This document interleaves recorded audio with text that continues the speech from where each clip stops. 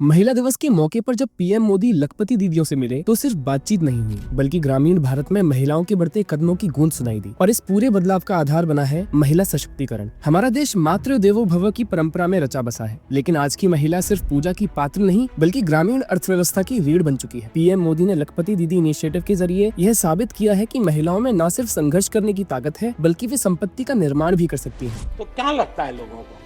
पुरुषों के जेब में ही अच्छे लगते हैं, लोग ये सोचते हैं।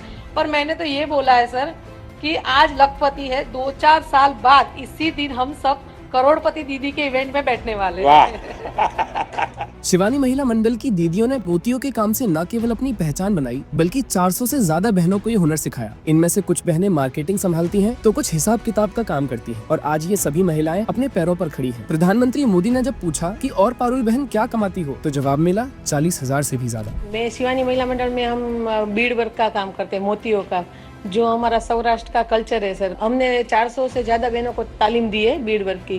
11 बहनों में हम जो 3-4 बहनें हैं वो मार्केटिंग का काम संभालते हैं और 2 बहनें सब हिसाब किताब। मार्केटिंग वाले बाहर जाते हैं? हाँ सर, आउट स्टेट में सब जगह। मतलब पूरा हिंदुस्तान घूम लिया है? हाँ सर, पूरा, कोई मेजोरिटी कोई सिटी बाकी नहीं रखा सर। ये बदलाव हर क्षेत्र में दिख रहा है। जब प्रधानमंत्री मोदी ने 2023 को इंटरनेशनल मिलेट्स ईयर घोषित किया तो ग्रामीण महिलाओं ने अवसर को पहचाना और अपने बिजनेस को नई ऊंचाई दी। पहले जो बाजरा और ज्वार मात्र 35 रुपए में बेचते थे, अब वैल्यू एडिशन करके कुकीज और खाकरा बना रहे हैं। आज उनका टर्नओवर 25 से 30 लाख सालाना है। 2023 में जब आपने millets year, international millets year घोषित किया तो हम गाँव की जुड़ी हुई है, तो हमें पता था कि जो 35 रुपीज में हम बाजरी बेच रहे हैं या ज्वार बेच रहे हैं, उसमें हम वैल्यू एडिशन करें ताकि लोग भी हेल्दी खाए और हमारा भी बिजनेस हो जाए। अब महिलाएं सिर्फ कढ़ाई बुनाई तक सीमित नहीं है बल्कि टेक्नोलॉजी में भी आगे बढ़ रही हैं। एक बहन ड्रोन उड़ा रही है और कमाई 2 लाख रुपए तक पहुंच गई है। लोग उन्हें अब पायलट दीदी कहते हैं।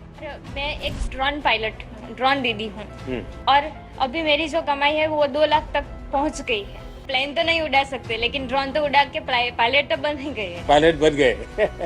कोई बहन बैंकिंग सेवाएं दे रही है, कोई गुजराती खाकरा बना रही है, कोई मिश्री से बने शरबत का बिजनेस कर रही है और हर कोई अपने पैरों पर खड़ी होकर अपने गांव को आर्थिक स्थिति मजबूत कर रही है। 75 बहनों काम करे છે। કેટલું કમાતા હશે બધા? બધા બહેનો અત્યારે જે રાધેકૃષ્ણ મંડળની વાત કરું તો અહીંયા બહેનો પશુપાલન ને ભરત ભૂષણ 2 કરે છે।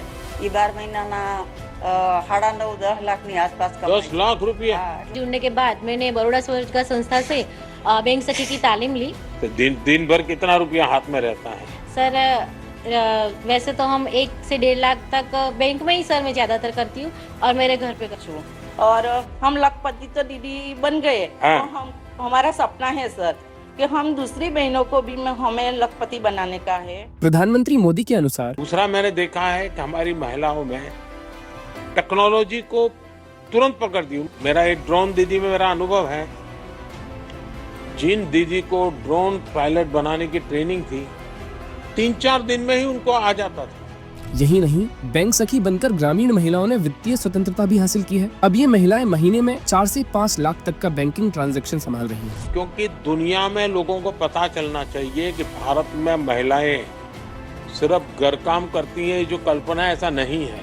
वो भारत की आर्थिक शक्ति बनी हुई है। भारत की आर्थिक स्थिति में बहुत बड़ा रोल अब ग्रामीण क्षेत्र की महिलाओं के द्वारा हो रहा है। महिला दिवस के मौके पर इस बातचीत ने एक बात साफ कर दी है, भारत की महिलाएं आत्मनिर्भरता की नई मिसाल कायम कर रही हैं। लखपति दीदी योजना सिर्फ एक योजना नहीं बल्कि महिलाओं की आर्थिक आजादी का प्रतीक बन गई है। और इसी के साथ प्रधानमंत्री मोदी का सपना 3 करोड़ लखपति दीदियों का लक्ष्य अब 5 करोड़ की तरफ बढ़ रहा है। प्रधानमंत्री मोदी के नमो ऐप पर ये खास बातचीत देखने योग्य है।